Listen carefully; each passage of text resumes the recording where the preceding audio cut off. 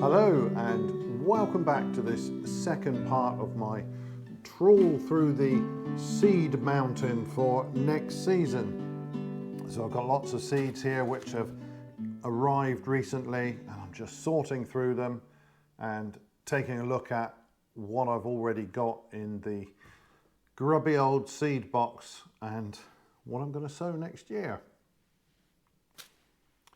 So on with the alliums.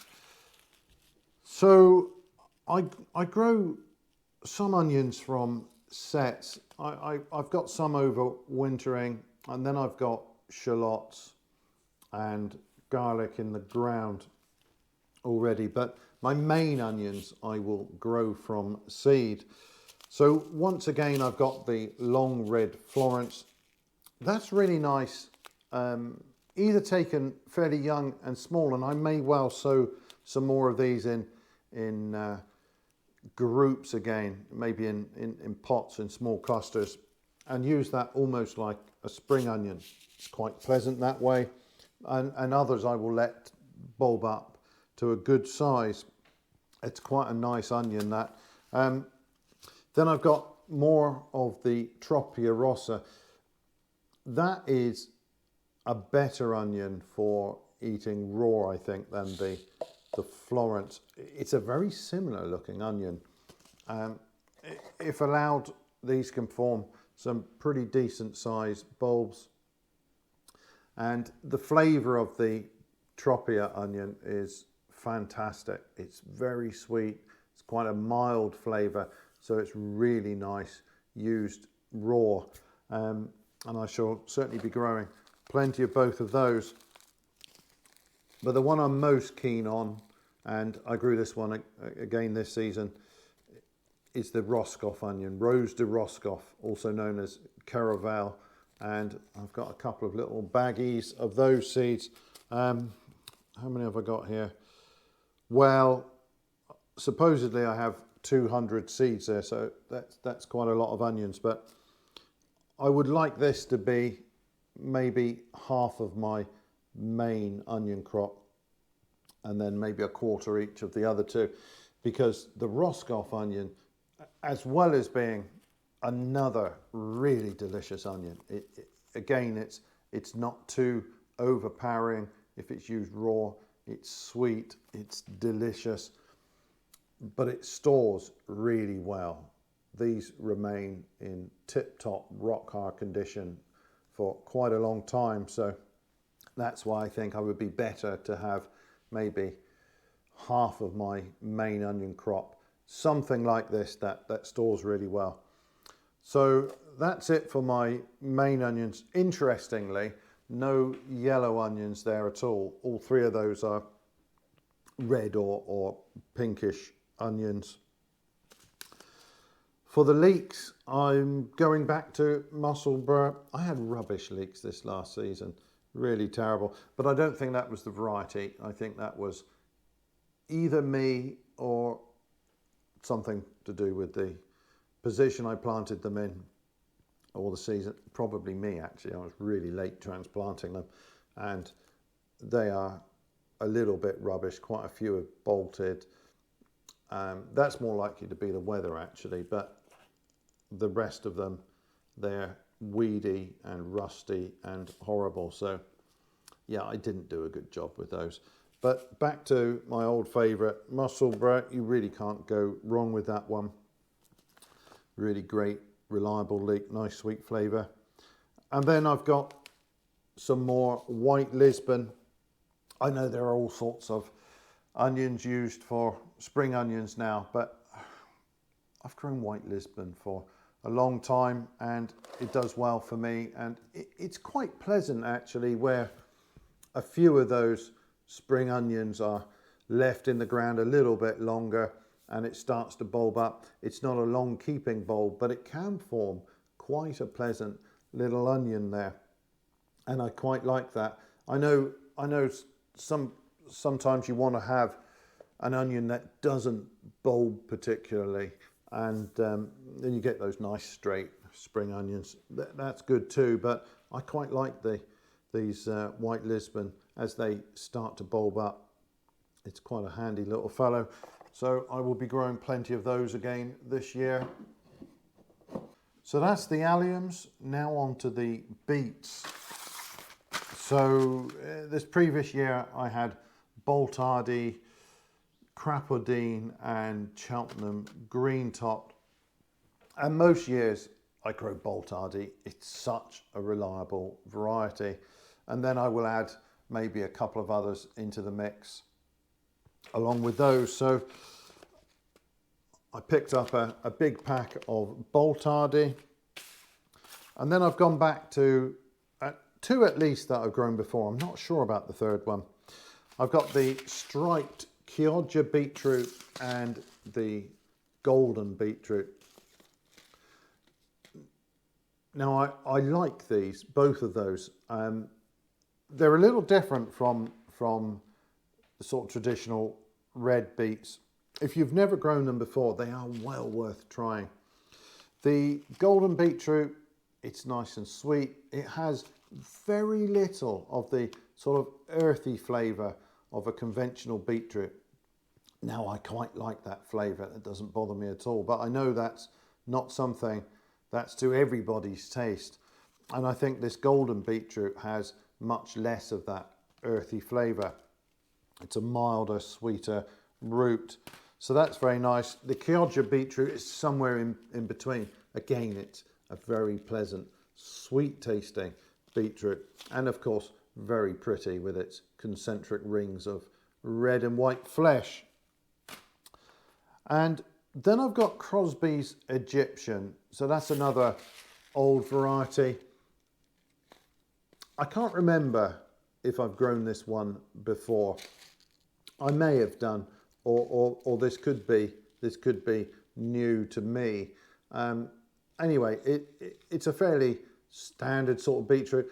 The roots are a bit flattened, so it may be shaped a little bit more like a turnip. But these should be a nice root as well. So the first sowing will be the Boltardy, because that early sowing, Boltardy rarely bolts, hence the name.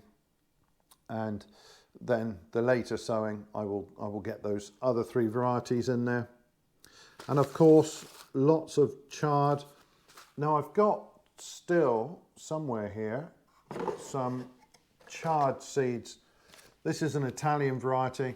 The name doesn't mean an awful lot. I think that just means that it's green with white ribs. This has done very well for us this year. But I've also got seed for Fordhook Giant. That's my old favourite. You get really hefty plants from that.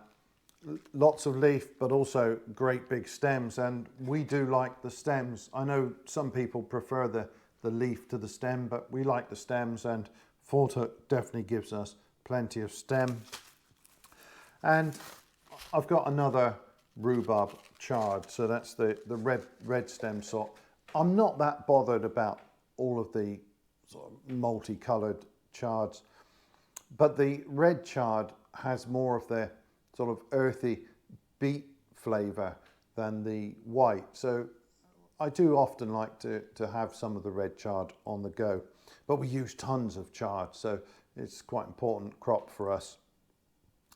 I've then got some spinach beet. So this is essentially the same thing. It's not spinach.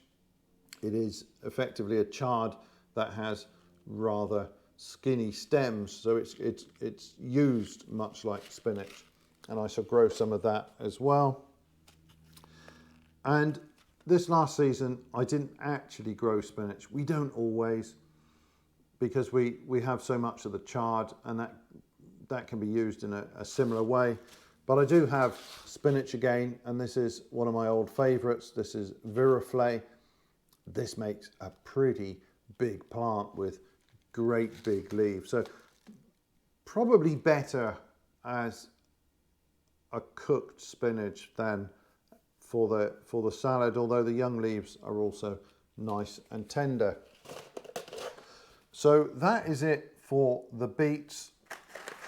And because they otherwise sit on their own, I also keep the sweet corn in the same box. So last year I had 2 open pollinated sweet corns and 1 hybrid. I grow very few hybrids in the garden. I think there will be 3 in the coming season. 1 will be sweet corn, another is a cucumber, and then 1 tomato. I grow sun gold for my wife. She really likes that.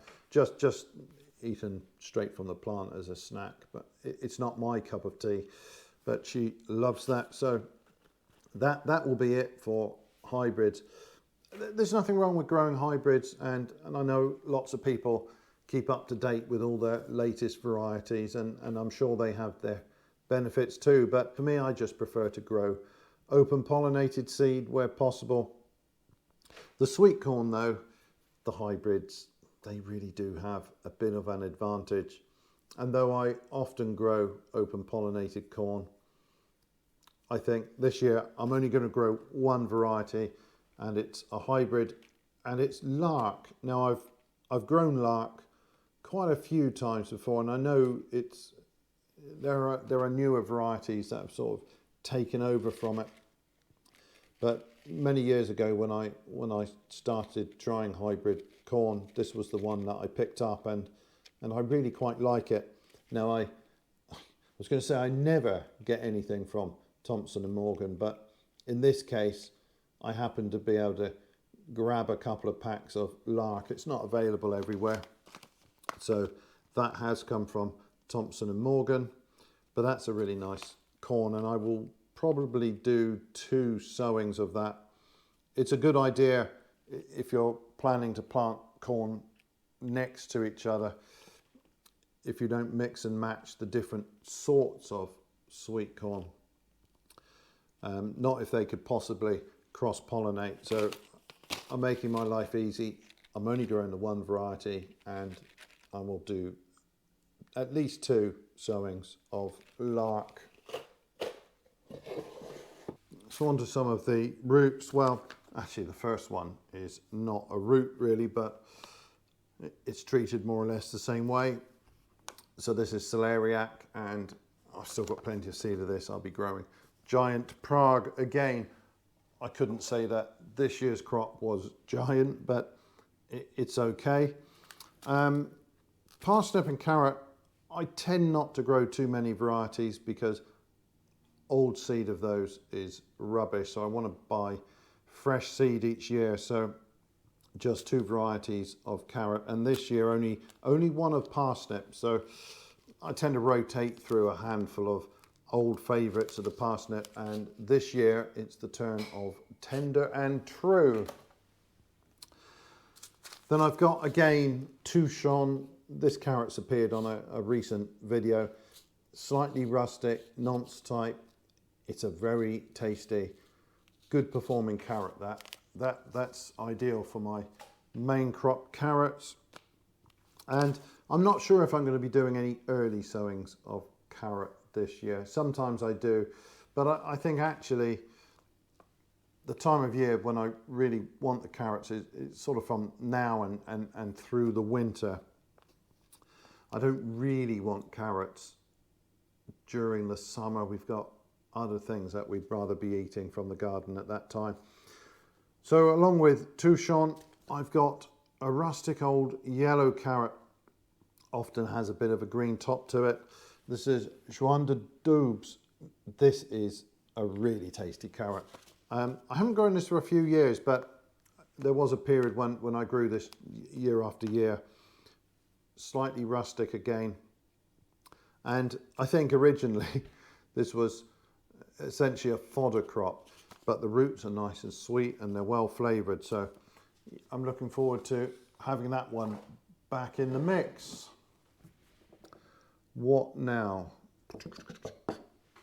Okay, so on to the lettuce, chicory, leafy greens. So I do have a few things from last year here as well.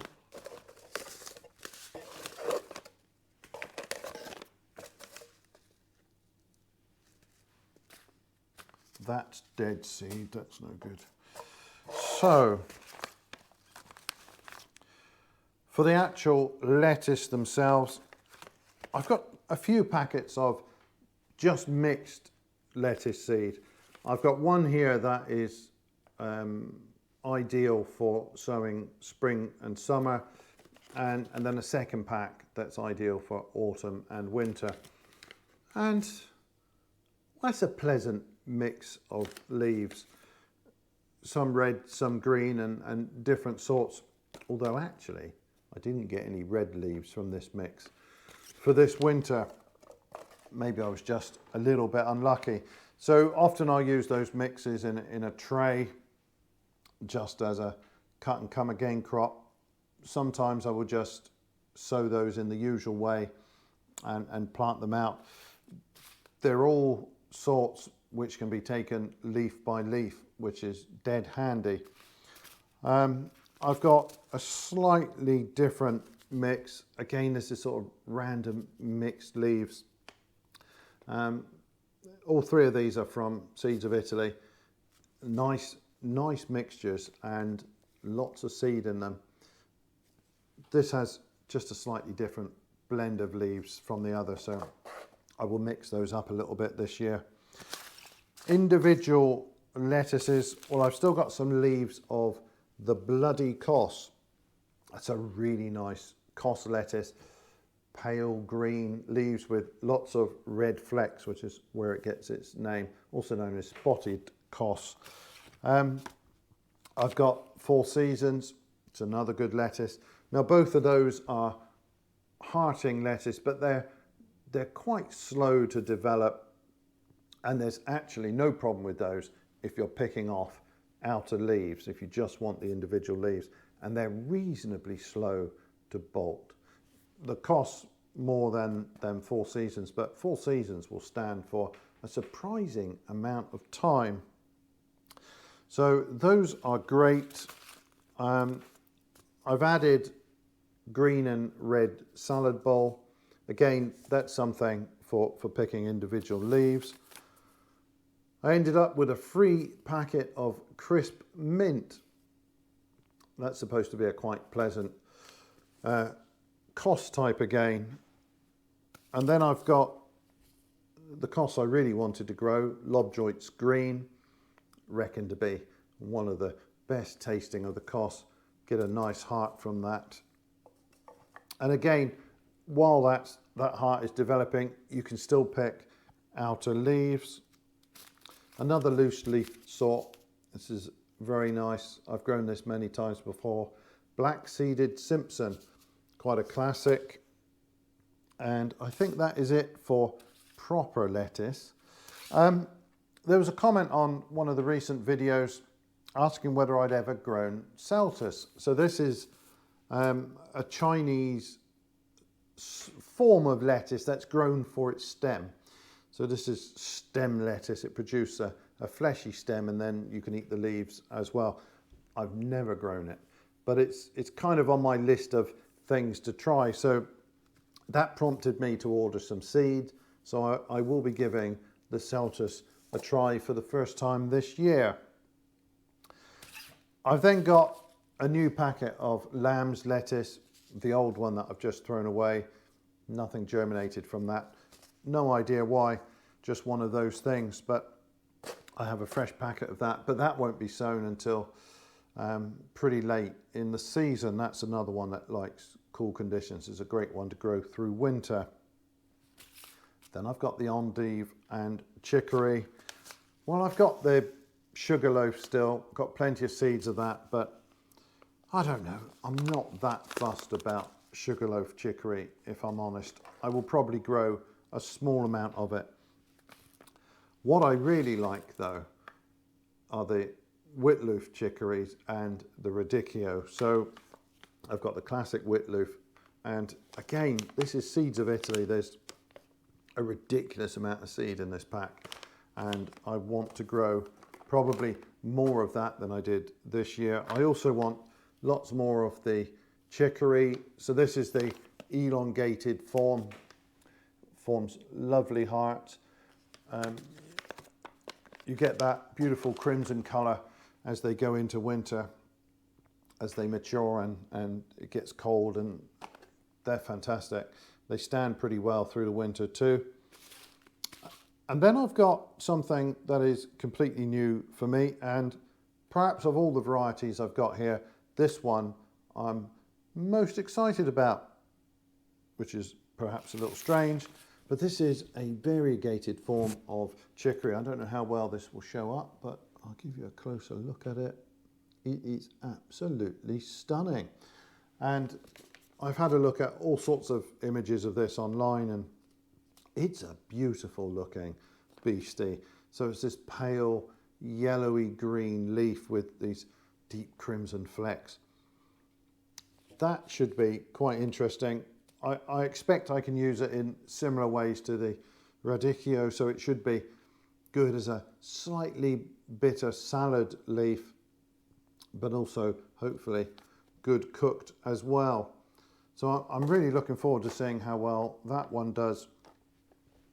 For the endive, I grew all sorts this year, but I'm only going to grow one type, I think, for next season. And I was going to go back to my old favourite, Pancalieri.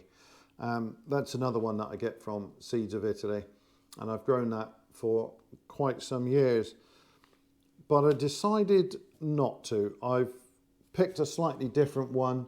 I think that basically means golden heart, and it certainly looks like it's got a nice golden heart. That looks like a endive that will blanch quite nicely. So I thought I'd give that a try just for a change. It looks very similar to Pancalieri, and I think this is another traditional sort, but I haven't tried this one before, so that's something new for this year. Okay, so on to the cucur bit. So from last year, I will be growing again the same courgette. This is Striato di Napoli. I've got so much seed of it here. This seed should be good for another couple of years, so I won't be changing variety on that for a little while. And last season, for the first time, I tried this Trombo Del Benga, this very strangely shaped summer squash. I do have one kept because it will store much like a winter squash, and when it's mature it looks like a very curved butternut, or like one of the old-fashioned crookneck squash. But apparently it doesn't make a particularly good winter squash. I haven't tried it yet, but it makes a very nice summer squash, so I will be growing some more of that again this year. It's a climber, so it needs something to scramble up, or you can trail it across the ground, of course. But the fruit are very pleasant indeed. Then this I bought last year, but I had so much stuff that I didn't sow it, and that might be the case this year too. This is a summer squash, one of the crooknecks. I'm pretty sure this is sort of an orangey yellow root. I can't remember if this is one of the knobbly ones or not. I'll have to wait until some of the fruit appears. But there are some crookneck squash that are winter squashes, quite similar to a butternut, but this is one of the summer squash. Right, for the winter squash, I think I'm just doing 3 this year. Woven butternut, which I do almost every year, and then sweet dumpling. And I'll just show you a picture of that if you haven't seen that before. This is a really nice squash. They're the perfect size just for one portion, or maybe 1/2 per person. But they're a small squash, lovely dense flesh, nutty flavour, sweet. Related to the delicata, and I grew delicata this year. The delicatas actually are fine, but I've always had good results with sweet dumpling, so we're going back to that one this year. And then I've got some seeds of Marina di Chioggia. Quite a lot of seeds actually. I'll probably only grow a couple of these. They produce a fairly good size squash. If you haven't tried it before, it's a really good quality squash. It's a very old Italian variety, bobbly skin, pretty tough old skin actually. Bit of work to get into it, but the flesh is dense and very well flavoured. That's a very good variety for one of the bigger squash. That's not a squash at all. So then to the cucumbers. So I usually have some ridge cucumbers outdoors, and then I have an old-fashioned glasshouse cucumber, usually Telegraph.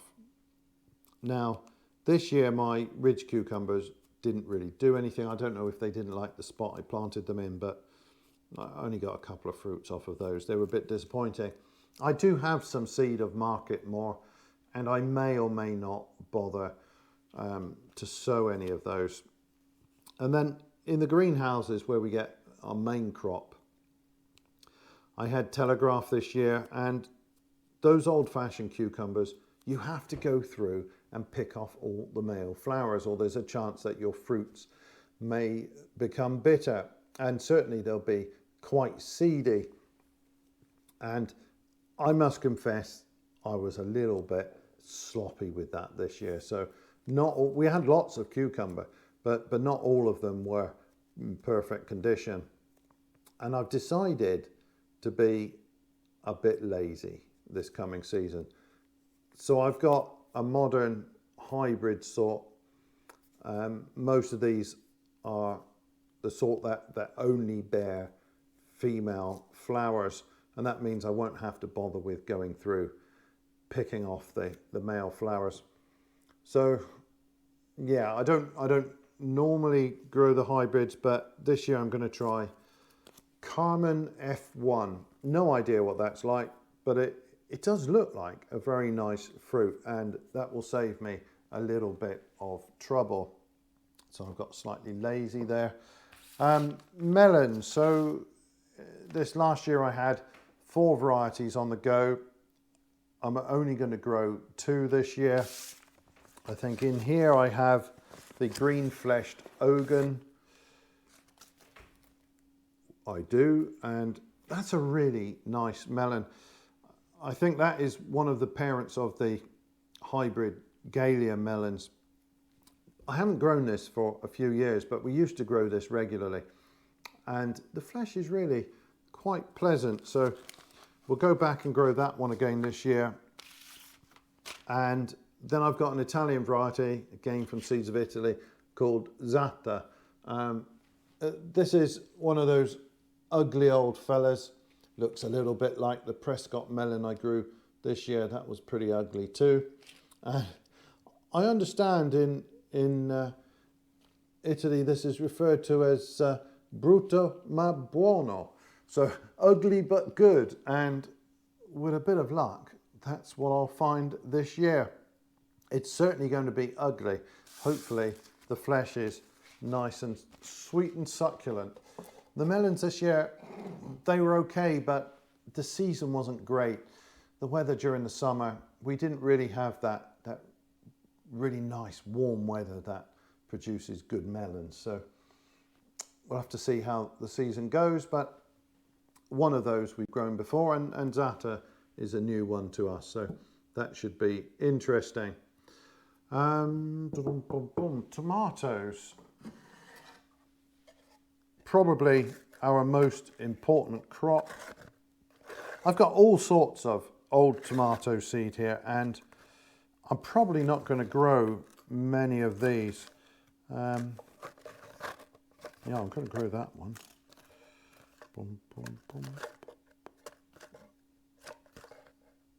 And that one. Right, so I've got my rootstocks ready for grafting. I grafted my own tomato plants for the first time this year, and I was really happy with the results. So I've got hold of some Estamino rootstocks again. I was thinking about maybe trying one of the others, maybe Submarine, but I think I'll get used to Estamino for a little bit before I try one of the others, and then I'll have a better idea of what to expect, or maybe one year I'll try 2 different rootstocks. So from last year's collection, I'll be growing Pantano again. That's a very nice tomato, really good for the salad slice as well. And I think I have a few seed left here of recent trawl. That's a German tomato, great big clusters of fruit, bigger than a conventional cherry, but with a really nice old-fashioned tomato taste, so I like that one. I've got, of course, the F1 Sun Gold for my wife. She'll enjoy that one. And then I've had some more seed arrive from Italy, and I'm quite pleased that these did actually come. I was getting a little bit worried about them. They were in the post for a very long time, or quite possibly sat in customs. I should have saved seed from my tomatoes this last year. I was too late. I did bag a few flowers, but nothing came of those fruits. So I need to be on the ball with that earlier in the season and mark a few of those early fruits for seed saving. But I managed to get hold of 3 of the favourites from this last year. So I've got Belmonte, that produced really big, somewhat ribbed fruits, wonderful flavour.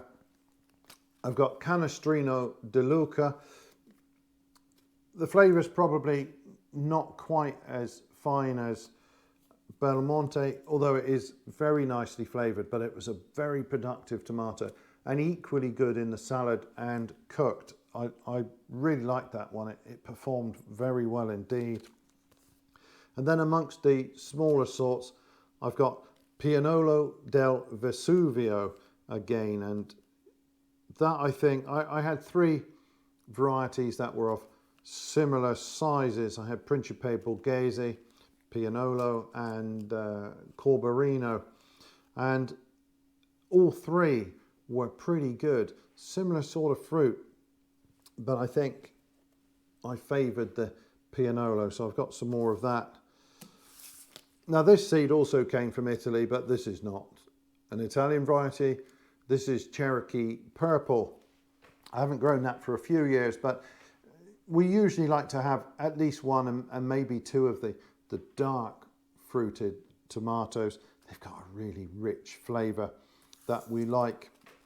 And the last couple of years we've had Black Crim and Black Russian, and it's a while since I've grown Cherokee Purple. Supposedly, as the name suggests, this seed originated with the Cherokee people, but whether or not that is the case, this is a really tasty tomato. I like to think that story is true and that it's got that nice history to it. Good sized fruit. Purple's probably not an unreasonable description. It's kind of a dusky red colour, like many of the so-called black tomatoes. They're not really black, they're just a moody looking red, but it's a very good one. And then from France I've had a few seeds, not that any of these are French varieties, but on one of the previous videos somebody recommended a plum tomato by the name of Opałka, and I think that's, if I remember rightly, a Polish heirloom. So I haven't had great joy with plum tomatoes here. I've grown San Marzano a few times, and obviously in its native climate, San Marzano makes a really great tomato for cooking and for canning. But I've never had brilliant results here, and maybe it doesn't like the conditions in our greenhouse or something like that.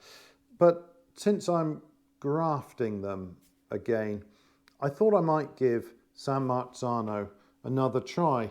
But then on one of my previous videos, somebody mentioned this variety, Opalka, and I hadn't heard of it. And I went and looked it up, and it looked really rather nice.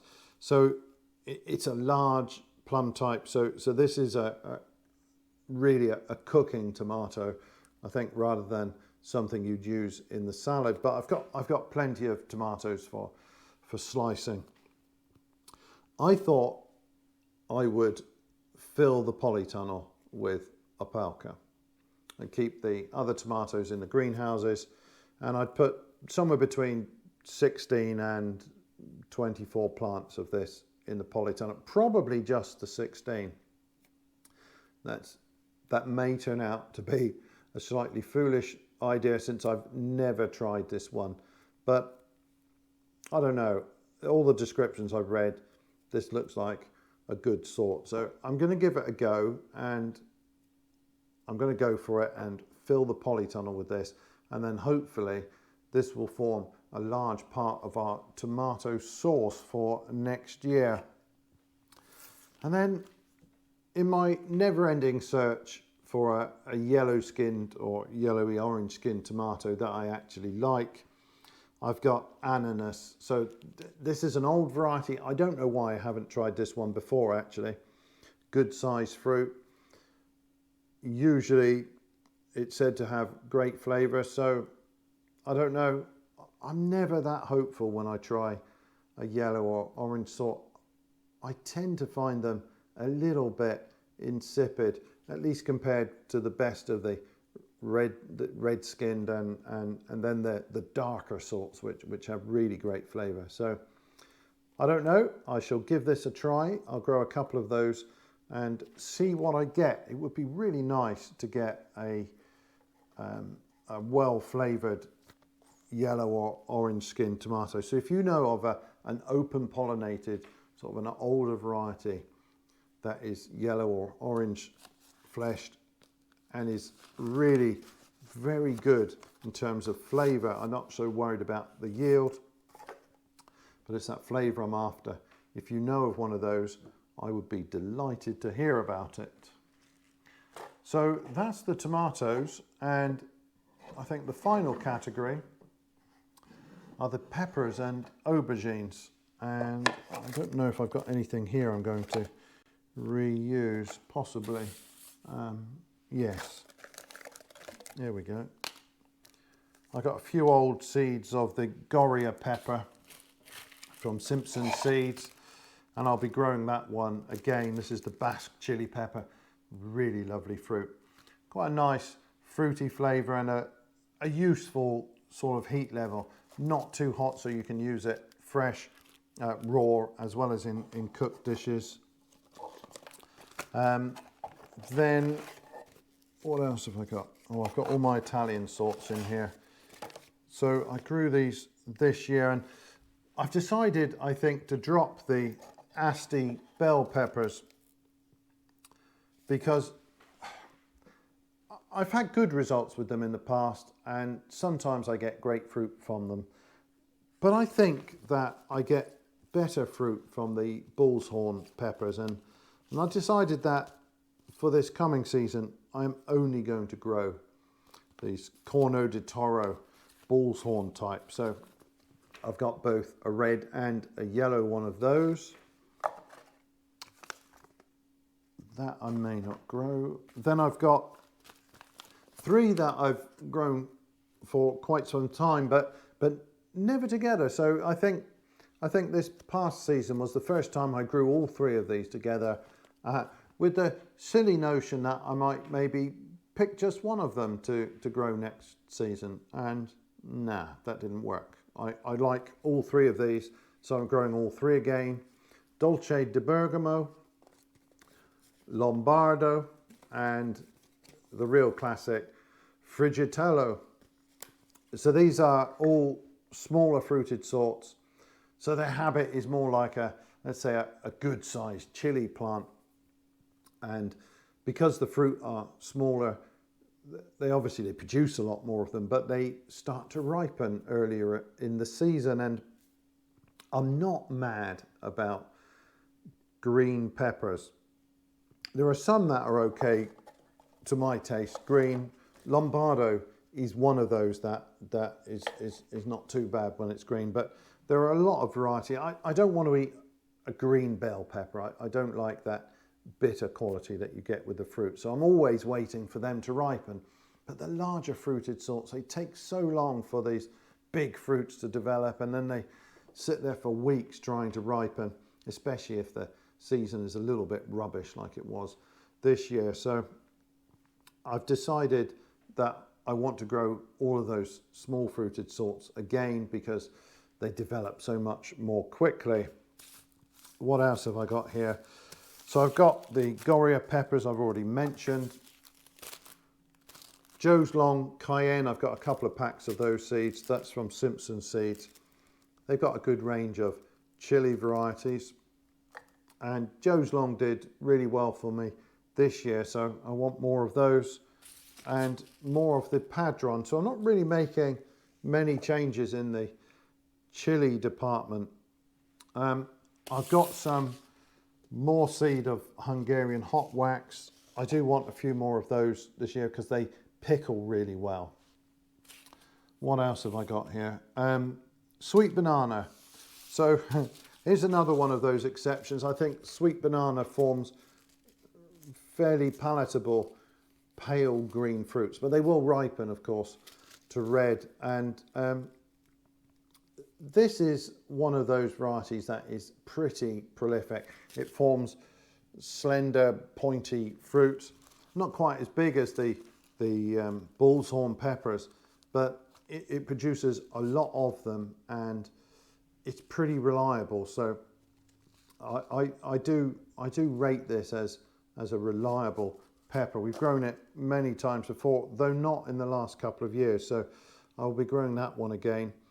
I'm not sure how many plants of that I can find a home for, but hopefully a few, because it is nice to have at least a couple of the prolific ones.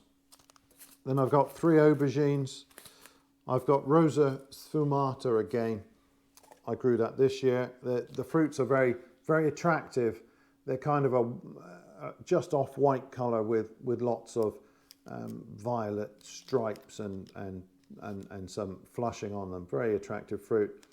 Violetta di Firenze, similar shaped fruit. Both of those form quite round fruits. That one is a deep purple colour. And then I've got the old long purple. Finally, which I've sort of thrown in with the rest of these nightshades, Cape gooseberry. Some years I grow Cape gooseberry. Some years I also grow, oh, come on brain, think of the word. No, my brain is packed up. My own brain is fed up with this long waffly video.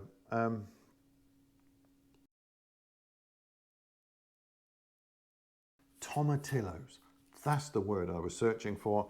It eventually made its way. So yeah, sometimes I grow those. They do take up a bit of space. They make quite a large bush. So, and my wife's not mad keen on the tomatoes. I do like a nice sauce made with those. They've got that slightly sour taste that's really quite refreshing. I'm not growing the tomatillos this year, but I think we will have a couple of plants of the Cape gooseberry. Not sure where they're going to go because, of course, they will be taking up space that I would otherwise fill with peppers or aubergines, but I will find space for maybe 2 plants. That's all we need. We'll get a reasonable harvest from those. Well, that is it for the seed list for 2022. I think I have more than enough seed there.